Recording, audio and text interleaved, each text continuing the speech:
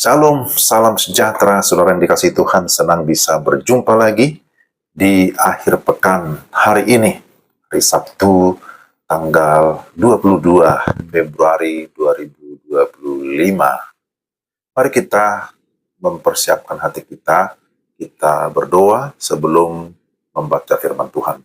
Bapa di surga, dalam nama Tuhan Yesus, terima kasih untuk kesempatan ini. Kami mau membaca dan merenungkan firman-Mu. Berilah kami hikmat dan pengertian, damai dan sukacita dalam nama Yesus. Amin. Pembacaan firman Tuhan dari Bilangan 16 ayat 1 dan 2. Korah bin Isar bin Kehat bin Lewi beserta Datan dan Abiram, anak-anak Eliab, dan On bin Pelet, ketiganya orang Ruben, mengajak orang-orang untuk memberontak melawan Musa beserta 250 orang Israel, pemimpin-pemimpin umat itu, yaitu orang-orang yang dipilih oleh rapat, semuanya orang-orang yang kenamaan.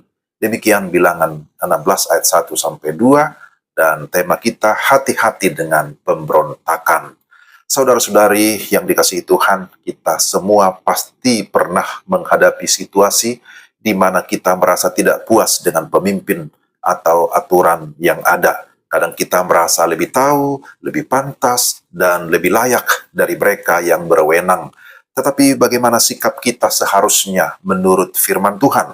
Hari ini kita akan belajar dari kisah pemberontakan Korah, Datan, dan Abiram dalam Bilangan 16. Kisah ini menunjukkan betapa seriusnya Tuhan terhadap pemberontakan dan bagaimana kita bisa belajar untuk tetap tunduk kepada otoritasnya. Yang pertama, penyebab pemberontakan. Kita bisa lihat ayat 1-3.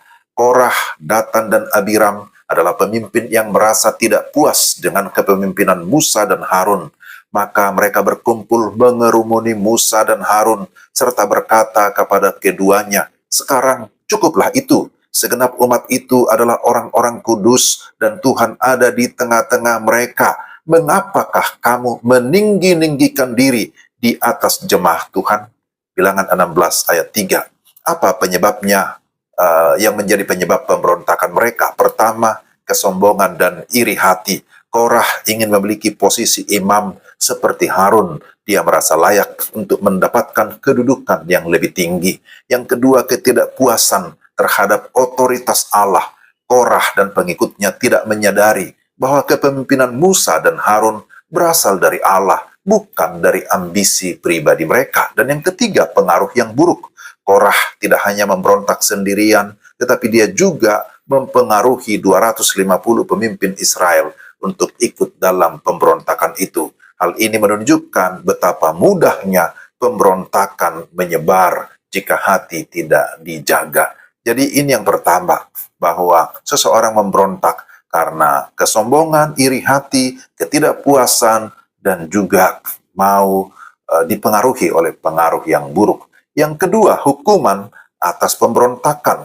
Kita bisa baca lebih dalam lagi, ayat 28-35. Setelah pemberontakan ini, Musa menantang Korah dan pengikutnya untuk datang dengan perbaraan berisi ukupan dan membiarkan Tuhan sendiri yang menentukan siapa yang layak menjadi pemimpin. Bagaimana Tuhan menanggapi pemberontakan atau persoalan ini? Pertama, disebutkan bahwa bumi terbuka dan menelan Korah, Datan, dan Abiram. Ayat 31-33. Tuhan menghukum mereka dengan cara yang sangat mengerikan. Tanah terbelah dan menelan mereka hidup-hidup. Ini menunjukkan bahwa pemberontakan terhadap otoritas Tuhan akan membawa kepada kehancuran. Yang kedua, api Tuhan membakar 250 pemimpin yang memberontak. Ayat 35. Orang-orang yang membawa ukupan untuk melawan Musa dan Harun dihukum dengan api yang turun dari Tuhan sendiri. Ini adalah peringatan bahwa pemberontakan melawan Tuhan akan mendatangkan kebinasaan. Jadi jangan coba-coba memberontak kepada Tuhan.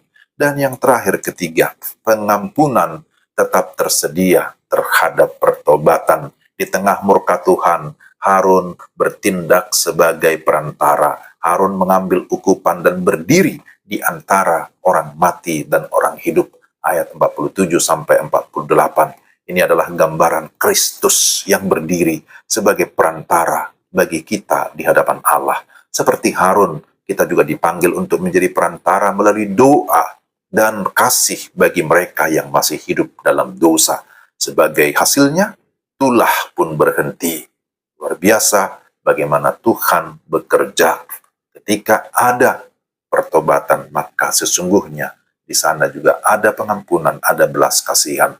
Bilangan 16 mengajarkan kita bahwa pemberontakan terhadap Tuhan dan pemimpin yang dia tetapkan itu akan mendatangkan atau membawa hukuman yang serius. Namun, kasih karunia Allah tetap tersedia bagi mereka yang mau bertobat. Kiranya kita semua belajar untuk menghormati otoritas Tuhan, menjauhi pemberontakan, dan mari kita menjadi perantara bagi orang lain.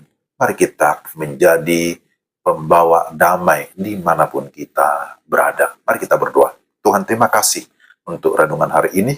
Kiranya Roh Kudus menolong kami, supaya kami dapat mengingat dan terlebih menerapkan dalam hidup kami tiap-tiap hari. Dalam nama Tuhan Yesus kami berdoa.